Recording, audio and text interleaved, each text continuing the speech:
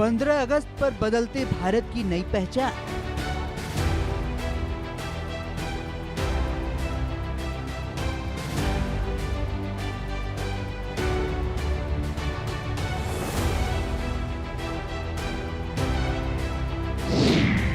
युवा शक्ति बनेगी भारत की जान।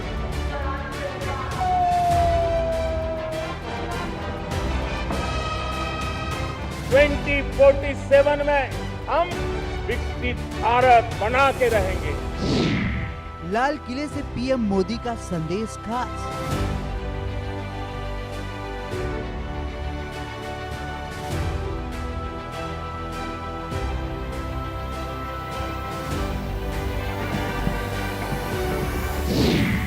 युवाओं के हाथों में देश का विकास।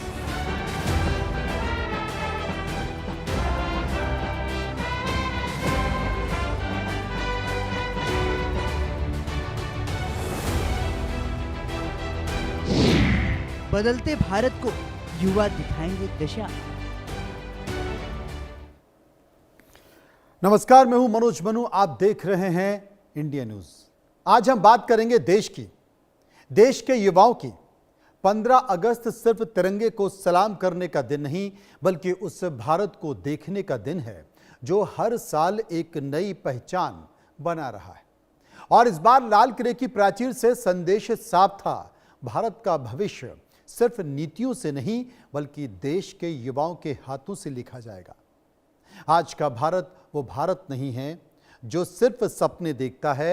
आज का भारत सपनों को लक्ष्य बनाता है, लक्ष्य को संकल्प बनाता है और संकल्प को परिणाम में बदलने की तैयारी भी करता है। लाल किले से प्रधानमंत्री नरेंद्र मोदी ने जब युवा शक्ति, एआई, खेल, आत्मनिर्भरता और विकसित भारत 2047 की बात की, तो सवाल सिर्फ इतना नहीं है कि सरकार ने क्या ऐलान किया। सवाल यह है कि देश के 36 करोड़ से ज्यादा युवा आबादी आखिर भारत को किस दिशा में लेकर जाएगी। क्योंकि आने वाला भारत सिर्फ उम्र में युवा नहीं होगा, सोच में भी युवा होगा, तकनीक में युवा होगा, आत्मविश्वास में युवा होगा और सच कहें तो यही भारत की असली ताकत भी होगी। सबसे पहले आपको लाल किले की प्राचीर से प्रधानमंत्री नरेंद्र मोदी का युवाओं के नाम संदेश सुनवाता हूं। मेरे देश की युवा शक्ति है। विकसित भारत की यात्रा में युवाओं की बहुत बड़ी भूमिका है। इतना ही नहीं, विकसित भारत का सबसे बड़ा लाभार्थी भी मेरे देश का युवा है। और इसलिए हमें विकसित भारत के लक्ष्य को युवाओं के साथ जोड़ करके आगे बढ़ाना है। युवाओं हमारी सर्वोच्च प्राथमिकता के साथ हमें आगे बढ़ना है। साथियों, पिछले 10-12 साल में उस दिशा में बहुत कुछ हुआ है। स्टार्टअप इंडिया अभियान, आज पूरे देश में 2.5 लाख से ज्यादा रजिस्टर्ड स्टार्टअप बन गए। देश के नौजवान खुद तो काम कर रहे हैं, अनेकों को रोजगार दे रहे हैं। दुनिया में सस्ता डेटा कहीं है तो भारत की धरती पर है। और देश के नौजवानों को उसने नई ताकत दी है। स्किल इंडिया हमने नेशनल प्रोग्राम बनाया है। स्पेस सेक्टर को हमने ओपन कर दिया। नेशनल ड्रोन पॉलिसी हमने बनाई है। खेलो इंडिया पॉलिसी बनाई है। 35 वर्षों तक एजुकेशन पॉलिसी नहीं थी, नई एजुकेशन पॉलिसी लेकर के आए हैं। और इसका फायदा मिडिल क्लास के परिवारों को हुआ है। जंगलों में हमें हथियारी नक्सलों का खात्मा बुलाने में, उस संकट से देश को मुक्त कराने में सफलता मिली है। लेकिन हथियारी नक्सल तो गए, लेकिन दिमागी नक्सल, ये दिमागी नक्सल मौके की तलाश में है। हिंसा, अराजकता के वो रास्ते खोज रहे हैं। समाज को गलत राह पर घसीटने के लिए भांति भांति के दांव कर रहे हैं। इन दिमागी नक्सलियों को पहचानना होगा। इन दिमागी नक्सलियों को आइसोलेट करना होगा और राष्ट्र को विकसित राष्ट्र बनाने की मुख्य धारा की ओर देश की युवा पीढ़ी को जोड़ना होगा। लाल किले से मैं देश के नौजवानों के लिए घोषणा करना चाहता हूं।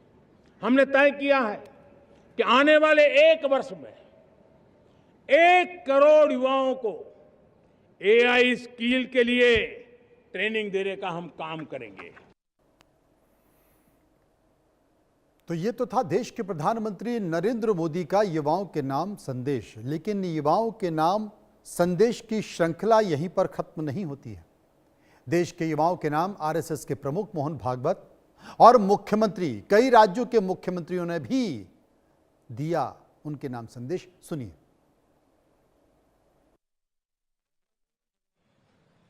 उनके साथ मुझे संवाद करने के लिए बताया है। वास्तव में प्रसंग तो सबके संवाद के लिए है, परंतु युवा पीढ़ी के लिए इसलिए भारत में ऐसा मानते हैं कि वो हमारा डेमोग्राफिक डिविडेंड है और उसका ठीक से लाभ हुआ देश को तो हम विश्वगुरु बन जाएंगे, और नहीं हुआ तो आगे बहुत बोझ आएगा।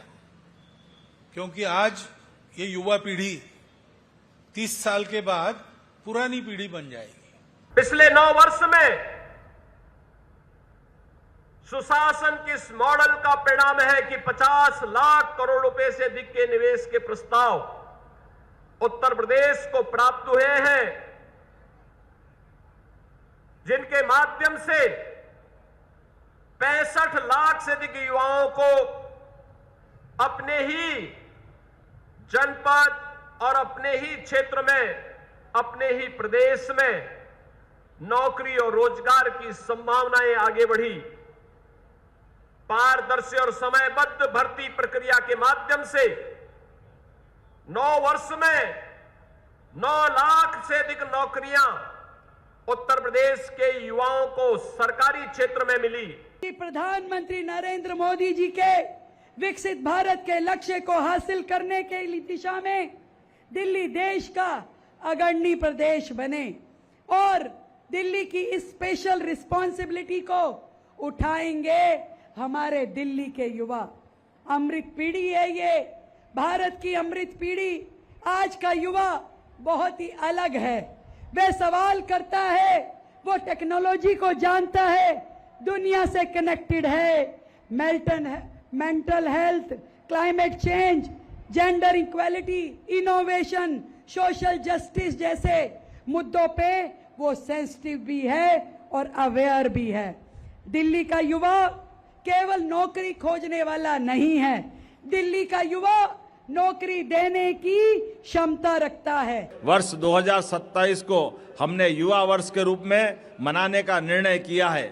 युवाओं के संपूर्ण व्यक्तित्व विकास और कल्याण के लिए हमने इंद्रधनुषी रणनीति का निर्माण किया है, जिसके 7 महत्वपूर्ण पिलर्स है: गुणवत्तापूर्ण शिक्षा, कौशल विकास, उद्यमिता और स्वरोजगार, सार्वजनिक और निजी क्षेत्र में रोजगार के अवसर, स्टार्टअप को सहयोग, खेल, कला, संस्कृति एवं शोध तथा अनुसंधान को प्रोत्साहन, नेतृत्व क्षमता का विकास। हमने 85,000 से अधिक युवाओं की शासकीय सेवाओं में नियुक्तियां की है तथा आने वाले समय में प्रतिवर्ष 1 लाख से अधिक युवाओं को सार्वजनिक क्षेत्र के रोजगार में अवसर उपलब्ध कराएंगे। युवाओं को सर्वोच्च प्राथमिकता पर हमारी सरकार ने हमेशा ही रखा है। युवाओं से संबंधित जो निर्णय हों, रोजगार से संबंधित बातें हों या 34,000 युवाओं को रोजगार मिलना हो पारदर्शी तरीके से,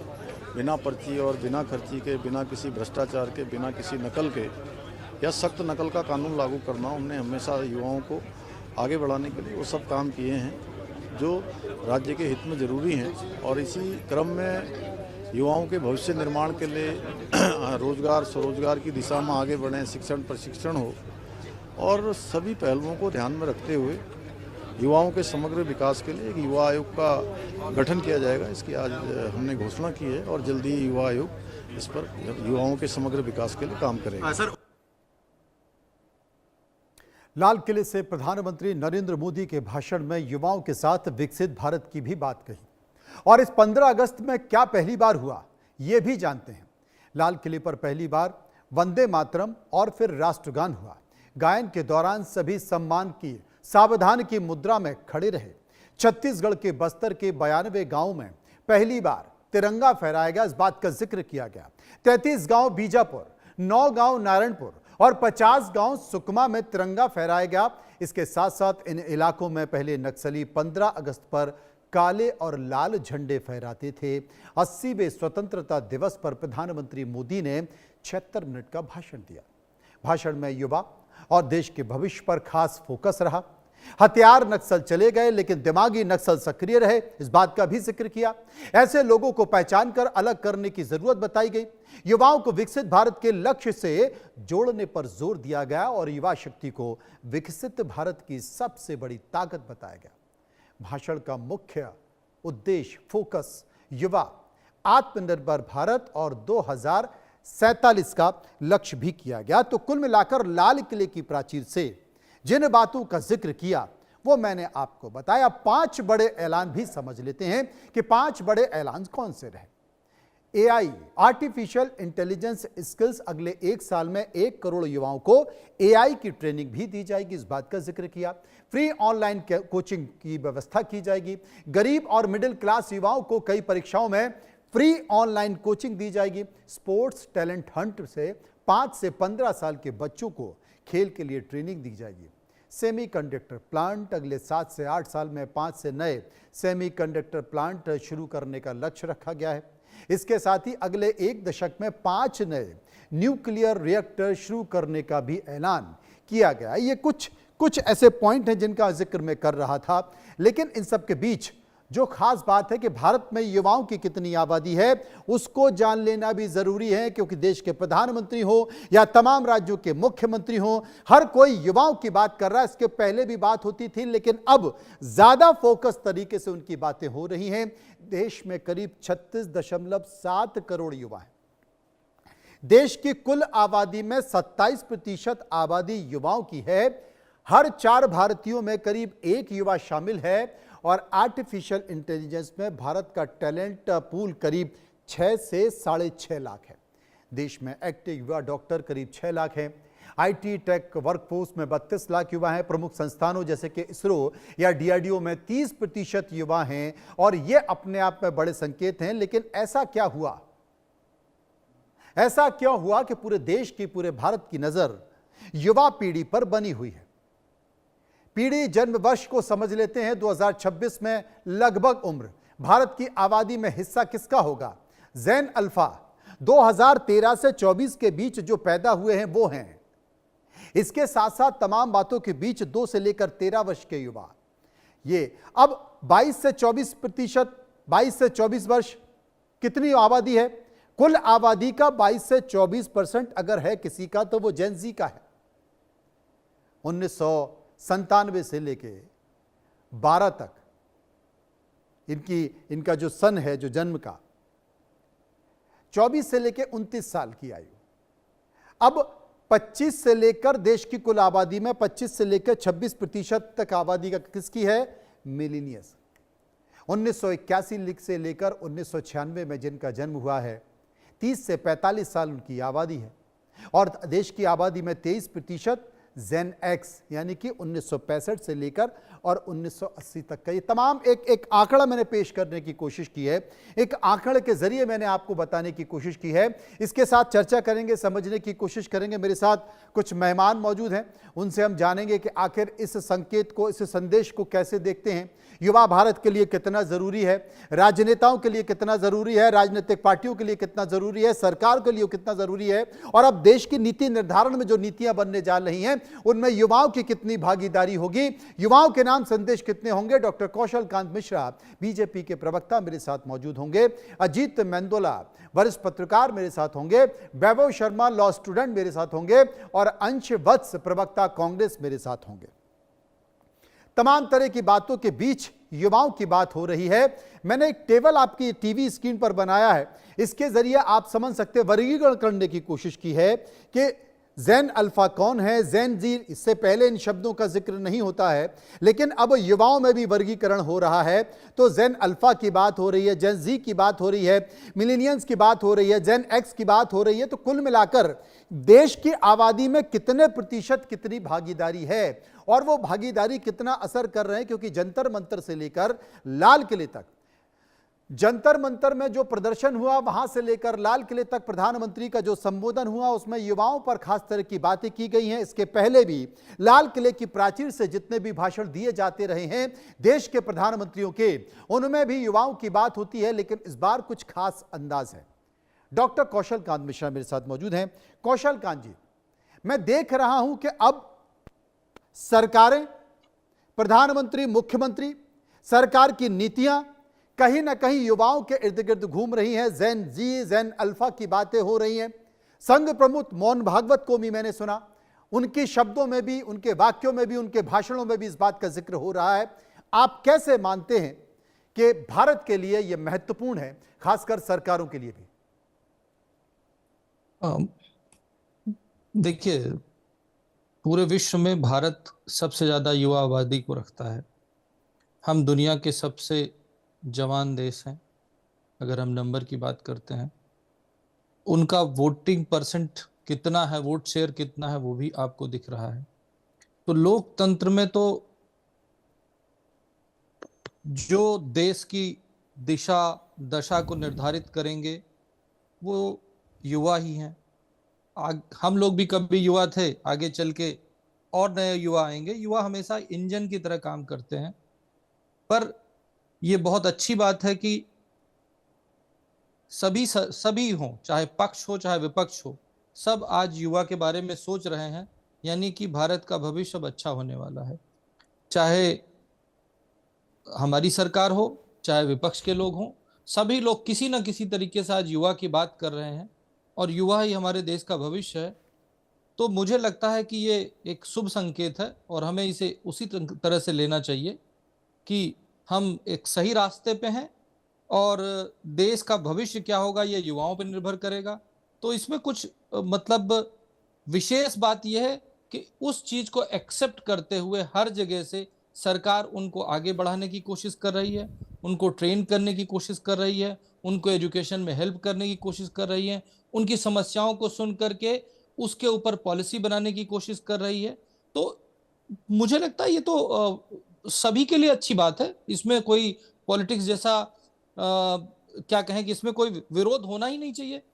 चाहे इंडी गठबंधन हो चाहे एनडीए हो, सभी युवा के साथ है। तो इसमें जो आपका सवाल है उसमें मुझे कुछ मतलब प्रधानमंत्री मोदी जी आज अगर 15 अगस्त के दिन लाल किले की प्राचीर से ये बात कर रहे हैं तो इसका मतलब यह है कि भविष्य में युवाओं का भविष्य बहुत अच्छा है देश में, और चूंकि युवाओं का भविष्य बहुत अच्छा है इसलिए देश का भविष्य बहुत अच्छा है। जी, अंश वत्स मेरे साथ मौजूद है, कांग्रेस के प्रवक्ता हैं। अंश जी, आपकी राय? आपने सुना भी कौशल कांत जी को। सबसे पहले तो आपको और आपके सभी दर्शकों को स्वतंत्रता दिवस की हार्दिक शुभकामनाएं। जी, मैं यही कहना चाहूंगा कि आज प्रधानमंत्री मोदी जी ने देर सवेर युवाओं की बात करी, और मैं पूछना चाहूंगा कि वो कौन से युवा की बात करें। उस युवा की बात करें जिनको आज उन्होंने लाल किले की प्राचीर से दिमागी नक्सल बुलाने का काम किया है, या फिर उस युवा की बात करें जिनको इनके पार्टी के लोग बाग जो है गटर जनरेशन बुलाते हैं। अभी आपने जनजी का बात किया, उस को जिसको गटर जनरेशन बोला, कौन से युवा की बात करें? मैं पूछना चाहूंगा बीजेपी के प्रवक्ता से। या उस युवा की बात करें जिनको भाड़े के टट्टू बुलाया जाता है, या उस युवा की जिनको जो है कहा जाता है कि ये एंटी नेशनल है, जिनको देशद्रोही इनकी बीजेपी हरियाणा की जो प्रदेश अध्यक्ष है उन्होंने बुलाने का काम किया कि वो तो आतंकवादी हैं। तो कौन से युवा की बात करें? मैं एक सवाल इनसे पूछना चाहूंगा। अब यहाँ पे बात है कि क्या इस देश के युवाओं को प्रधानमंत्री मोदी जी पे विश्वास है? इन्होंने यहाँ पे जो भी घोषणा करी, मुझे उनमें से किसी भी घोषणा से कोई आपत्ति नहीं है। मैं चाहता हूं कि हाँ चलो आज देर सवेर अगर इस देश के प्रधानमंत्री बात करना चाहते हैं, युवाओं की उनके लिए कुछ करना चाहते हैं, अच्छी बात है, किसी बात से आपत्ति नहीं है। लेकिन उन पे क्या विश्वास, उन पर अमल करने की बात है तो इस पे तो सवाल पूछा जाएगा। सवाल ये पूछा जाएगा कि जब आप यहाँ पे कह रहे कि कोचिंग संस्थान जो है वो बनाने का काम करेंगे, तो आप उनसे एक सवाल पूछिए कि जो जेन अल्फा जो पूरे देश भर में प्रदर्शन कर रहे हैं बेसिक सुविधाओं के लिए, चाहे वो लखनऊ में टीचर्स ना होने की वजह से जेन अल्फा ने सड़क को जाम कर लिया, या फिर उत्तर प्रदेश के हमीरपुर में कैसे डीएम के बाहर चले गए थे क्योंकि उनको वो वहां पे उनको बेसिक सुविधाएं नहीं मिली थी, या जालौर की बात कर लीजिए, बाड़मेर की कर लीजिए, आप मुजफ्फरपुर की कर लीजिए, गया की कर लीजिए, कौन सी जगह मैं आपको बताऊं जो नहीं है? इस देश में सारी जगहों पर आज जेन अल्फा इनसे जो है सवाल पूछ रहे हैं कि आपने जो इस देश को लोगों को दिया क्या है। अगर कहीं पे जो है स्कूल की दीवार टूट जाती है तो लोग बाग छात्र वहां पे मर जाते हैं, उस चीज को लेके वो अपनी जान बचाने के लिए प्रदर्शन कर रहे हैं, या टीचर ही नहीं है उसके लिए प्रदर्शन कर रहे हैं। तो आप कौन सी कोचिंग संस्थान की बात करें?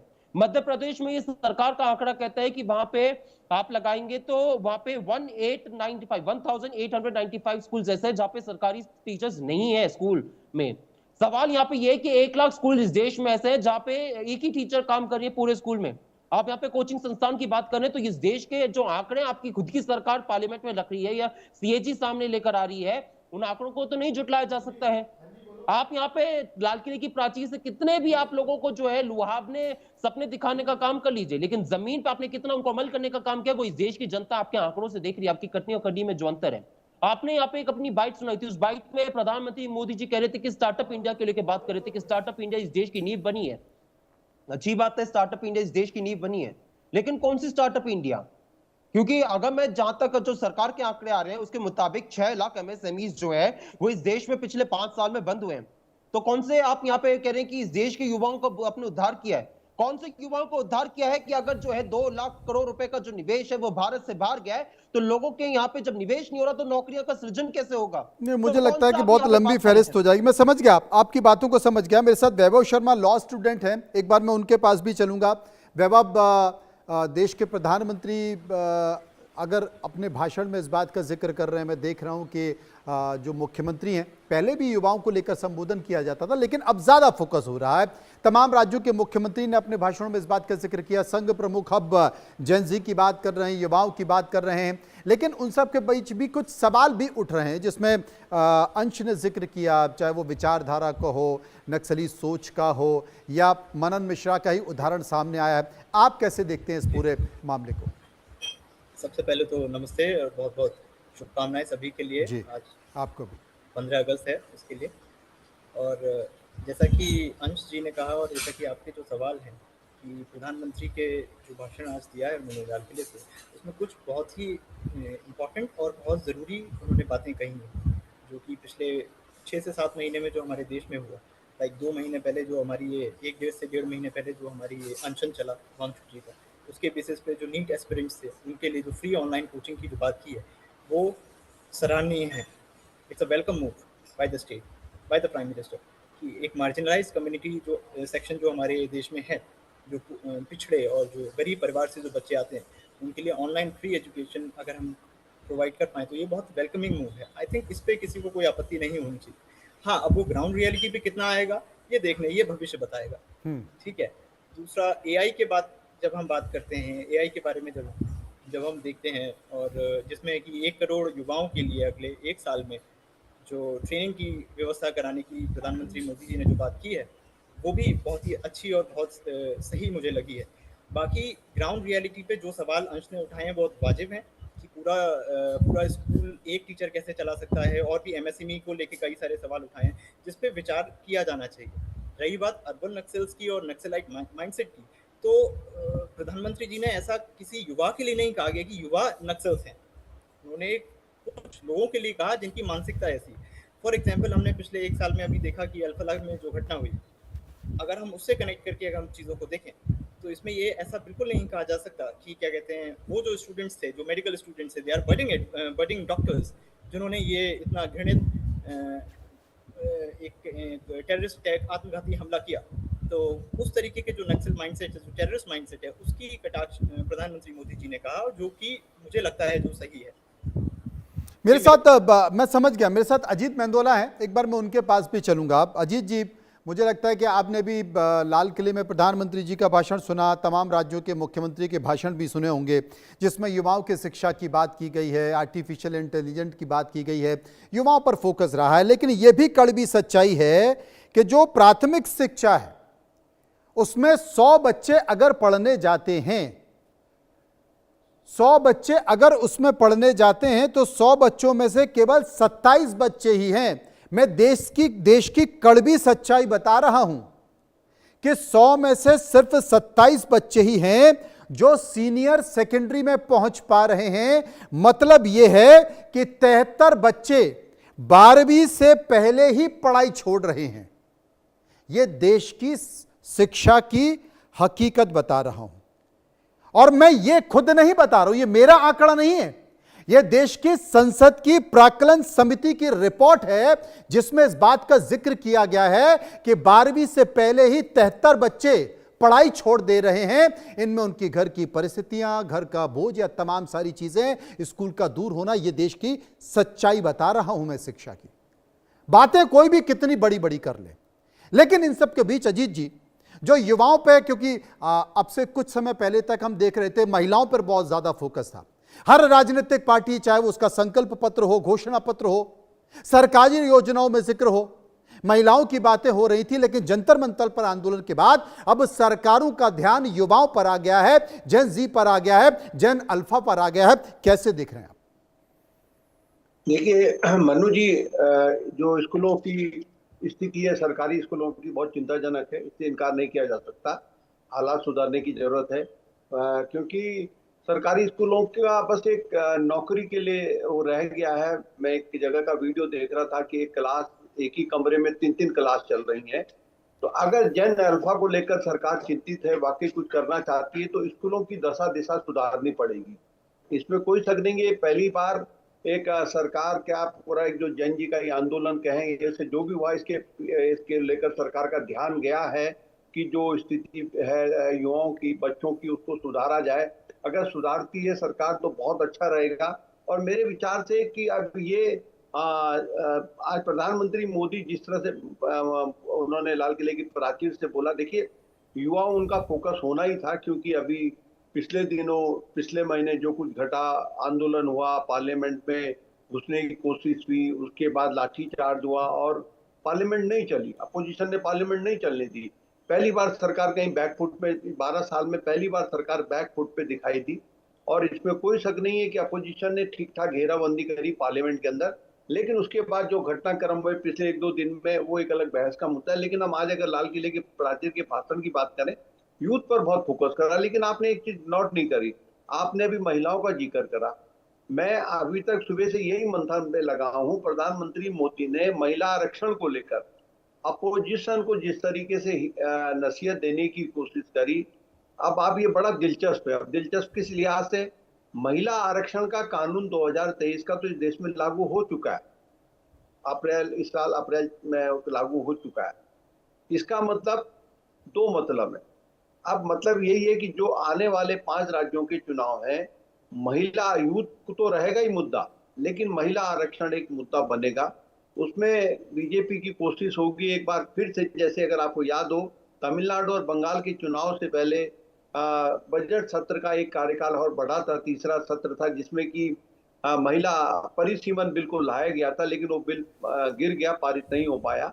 और फिर मानसून सत्र में हम लोग चर्चा कर रहे थे परिसीमन बिल आएगा, विशेष सत्रों का, लेकिन वो इसलिए नहीं हो पाया कि कांग्रेस भी जानती कि बिल के पारित होने से सबसे ज्यादा जो परेशानी होगी, दिक्कत आएगी, वो कांग्रेस को आएगी। तो कांग्रेस ने विपक्ष को एकजुट कर पार्लियामेंट को नहीं चलने दिया। भले वो मुद्दा जैन जी का था, युवाओं पे लाठीचार्ज का था, लेकिन असल मुद्दा यही था कि परिसीमन बिल पारित ना हो पाए। परिसीमन बिल पारित होने का मतलब ये है कि भारत सरकार 2011 की जनगणना के हिसाब से लोकसभा की सीटें तय करेगी। कांग्रेस चाहती है 2026 की जो जनगणना हो रही है उसको, उसके आधार पर परिसीमन हो, या अभी जो मौजूदा 543 की सीटें हैं उससे हो जाए। अब अगर प्रधानमंत्री ने बोला, ये सब जानने के बावजूद ही बोला होगा कि भाई कानून तो लागू हो चुका है देश में, महिला आरक्षण का चाहे तो आप कल ही लागू कर दें, लेकिन अब ये एक बड़ा मुद्दा बनेगा। अब मेरी दिलचस्पी सिर्फ इस बात पे है कि क्या शीतकालीन सत्र में भी परिसीमन को लेकर एक कोशिश की जाएगी। कोशिश के मैं पारित कराने की बात, क्योंकि कोशिश इसलिए की जाएगी तब तक 5 राज्यों के चुनाव आ जाएंगे। तो महिला, हिंदी बेल्ट का राज्य, जो महिला वोटर है उत्तर प्रदेश में, उत्तराखंड में बीजेपी का कट्टर सपोर्टर महिला वोटर को माना जाता है। युवा वोटर भी बीजेपी की तरफ, पीएम मोदी की तरफ उसका झुकाव रहता था, लेकिन हो सकता है कि अब इसमें थोड़ा सा क्या कहते हैं, उसमें बंटवारा हो, वो किस तरफ जाता है, किस पार्टी की तरफ। देखिए यही चिंता जी कौशल कांत जी मेरे साथ हैं, उनसे पूछ लेते हैं। कौशल कांत जी, वाकई है कि युवा वोट जो कभी बीजेपी या मोदी जी की तरफ बहुत भरोसे के साथ देख रहा था, वो थोड़ा खिसका है, उसका ध्यान कहीं और चला गया है, उसे वो कुटाई वो पिटाई याद आ गई है, जिसका जिक्र अंशवत्स कर रहे थे। मनोज जी, मुझे नहीं लगता है वो चिंता का विषय है। देखिए, राजनीति में हर चीज जो सामाजिक तौर पे होती है वो चिंता का विषय सत्ताधारी पार्टी के लिए या सब सरकारों के लिए होना चाहिए। तो चिंता तो जरूरी है ना, तभी तो हम आगे आने वाली प्रॉब्लम को सॉल्व करेंगे। लेकिन हमें जो मेरे मित्र कह रहे थे, मैंने साफ कहा कि युवाओं के लिए सभी साथ हैं, लेकिन जो दिमागी नक्सल की बात की गई थी, मनोज जी मैं क्लियर कर दूं कि वो छात्र जिनको छात्र बनाया जा रहा था, जो लोग पुलिस वालों को मार रहे थे, आपने देखा करीब 225 पुलिस वाले मारे गए। आपने देखा जिस तरीके से कुछ अश्लील हरकतें हो रही थी। ये जो करने की ये जो यूथ का जो माइंड को कंट्रोल करने की चीज जो होती है, जैसे हमारे हर घर में चाकू होता है सब्जी काटने के लिए, उपयोग के लिए, पर उसका दुरुपयोग भी हो सकता है। तो युवा शक्ति एक बहुत बड़ी शक्ति है, उसका जो दुरुपयोग करने की कोशिश कर रहे हैं उन्हें कहा जा रहा है दिमागी नक्सल। तो ये क्लियर होना चाहिए हमें। समझ में आ गया अंशु जी, क्लियर हो गया जिसका जिक्र मिश्रा जी कर रहे हैं। मनोज जी मुझे कर लेने दीजिए। अब देखिए दोनों कोई अंश जी प्लीज मैं आपके बीच, अंश जी प्लीज आप अपने टाइम में बोल लीजिएगा ना, हम आपसे कम्युनिकेट नहीं कर रहे हैं, आप अपनी बात करिए युवा से, मैं अपनी बात कर रहा हूं जी। ठीक, अब बात करते हैं। 2 आंदोलन साथ साथ चल रहे हैं, अभी एक चल रहा है, हम 15 अगस्त का पर्व मना रहे हैं, 80वां पर्व मना रहे हैं, लेकिन एक युवा अभी हंगर स्ट्राइक पे बैठा हुआ, वो आईसीयू में एडमिटेड है।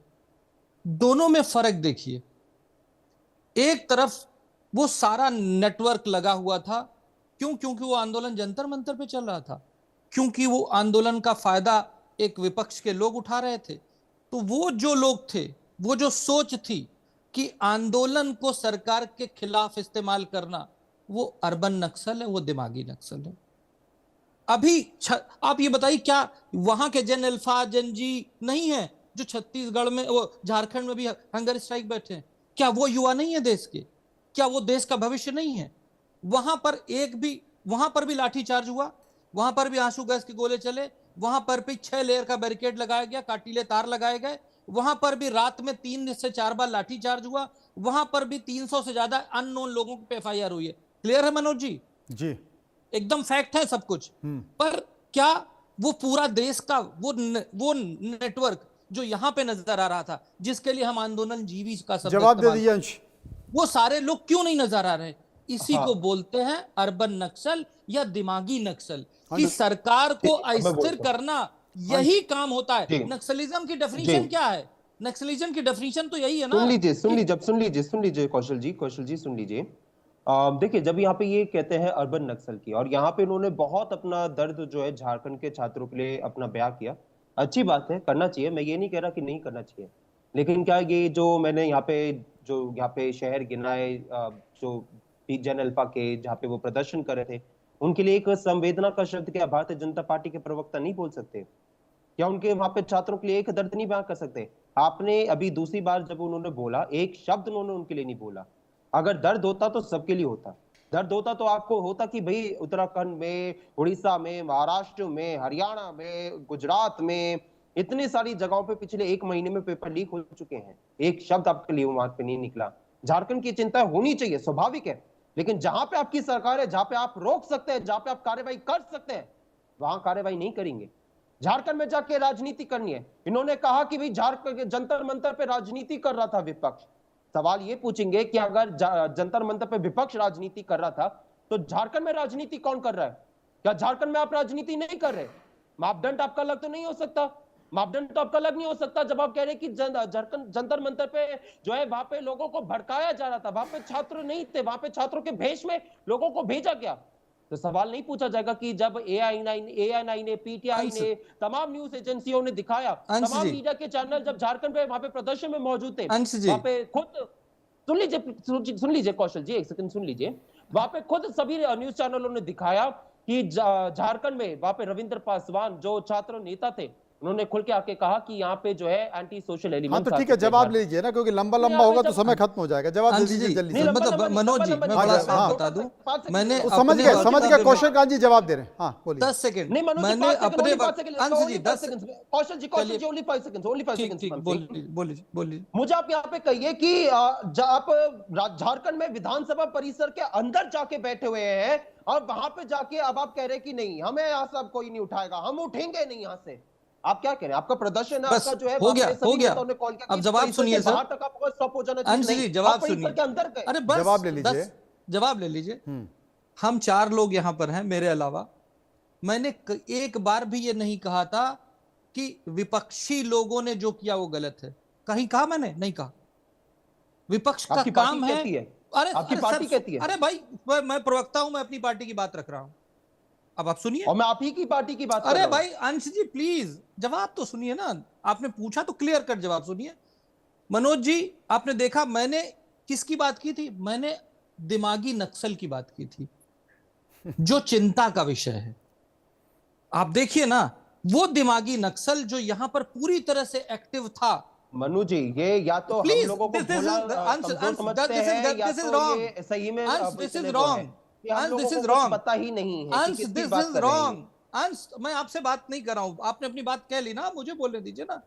मैंने बिल्कुल नहीं कहा मनु जी, समय खत्म हो रहा है, बस 10 सेकंड और दे दीजिए। मैं तो सिर्फ कह रहा हूं कि लोकतंत्र में विपक्ष हमेशा सरकार की कमियों को गिनाता है। इन्होंने गिनाया, बहुत अच्छा किया, इन्होंने पहली बार अपना काम किया, हम इनका सम्मान करते, इन्होंने ये किया। लेकिन हमारे लिए चिंता का विषय पूरे देश के लिए है वो नक्सल सोच, वो दिमागी नक्सल जो दिल्ली में एक्टिव था पर झारखंड में एक्टिव नहीं है। अब परेशानी की बात यही है कि नक्सल की सोच या नक्सल विचारधारा को लेकर बीजेपी की अलग परिभाषा है, कांग्रेस की अलग परिभाषा है, बाकी कुछ पढ़े लिखे लोगों की अलग परिभाषा है, जो पढ़े लिखे लोग नहीं उनकी अलग परिभाषा। उस पर फिर कभी चर्चा करेंगे क्योंकि समय खत्म हो गया है। और जो नया विवाद शुरू हो गया है वो वंदे मातरम को लेकर है। कांग्रेस कार्यालय में बीजेपी ने यह आरोप लगा दिया है कि साहब सोनिया गांधी ने जो वंदे मातरम चल रहा था उसे रुकवा दिया है, तो अब उसका अपमान हो गया है, इसलिए इनके खिलाफ गंभीर कार्रवाई होनी चाहिए। कल हम इस पर चर्चा करेंगे। फिलहाल बहुत बहुत शुक्रिया करेंगे सभी लोगों का, क्योंकि वो भी एक बड़ा विवाद होने जा रहा है।